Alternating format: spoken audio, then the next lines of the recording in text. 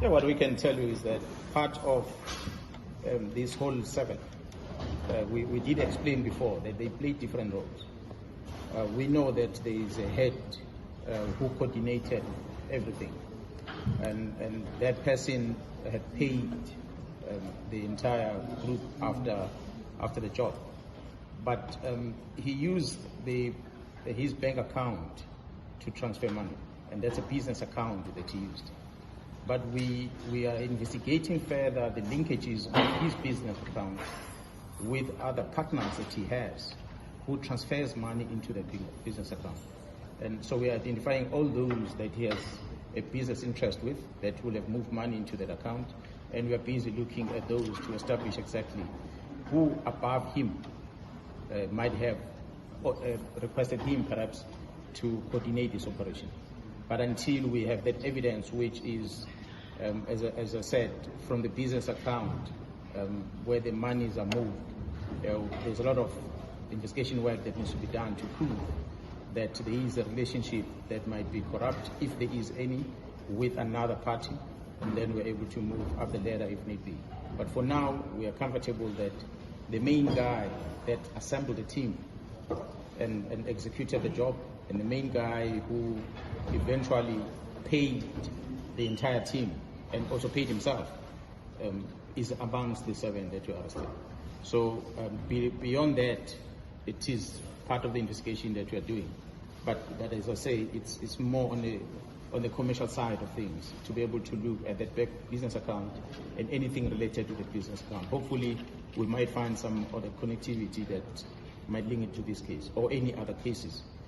We know that the vehicles that have been used have been rented for other days other than this day where this incident happened. We're investigating that as well, where those vehicles might have been used when they were rented by the very same person, and see whether there's any incident that happened in those areas, and look at those dates. Also, what was activities in his bank account during the period, so that we can be able to see whether there's any other party maybe that is financing this guy, as he called himself a businessman. That business account of his is an account of interest for us as we're investigating. Yeah, Mzansi. Yo, Sarah, it's been almost 3 years since Kenan, aka Forbes, and Tabelo Tibbs Motswana were killed, and now Lieutenant General Nhlanhla Mkhwanazi says the investigation is still ongoing. 3 years and they're still apparently looking at one business account. Nah, Sarah, something's not adding up here. Exactly, John. 3 years, one account. Come on, man. How long is that bank statement? Like, really? Are we saying it takes 3 years just to trace where the money came from? Yeah, something's off. Yeah, and what makes it worse? Remember when Sabia said Mkhwanazi didn't even want to make the arrests in the first place? Now, look, I know we can't just take everything Sabia says at face value, but still, you can feel that hesitation from Mkhwanazi's side. It's like he's dragging his feet, bruh. Yeah, 100%. Because this case, as painful as it is, it's not that complicated. You've got hitmen, you've got money, and you've got people who might have benefited.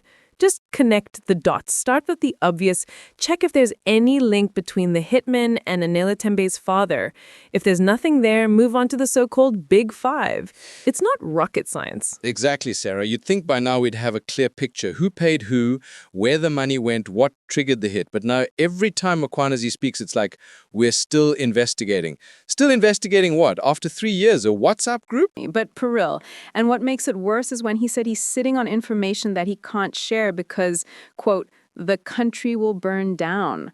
I mean, what's that supposed to mean? Yeah, that part messed with me too, eh? Because if you say you're hiding info to protect the country, what if that info is actually protecting someone else? What if the people behind AKA's death are being shielded because they're too powerful? That's what's scary about this whole thing. Hey, it's painful, John, because we all respected Mkhwanazi at first. He looked like one of the few cops who still had integrity. But now, I don't know it. It feels like he's holding something back. And when someone in power starts picking and choosing what truth we can handle, that's when I lose trust. Yo, you said it, Sarah. 3 years later, we still don't have justice, just delays, excuses, and secrets.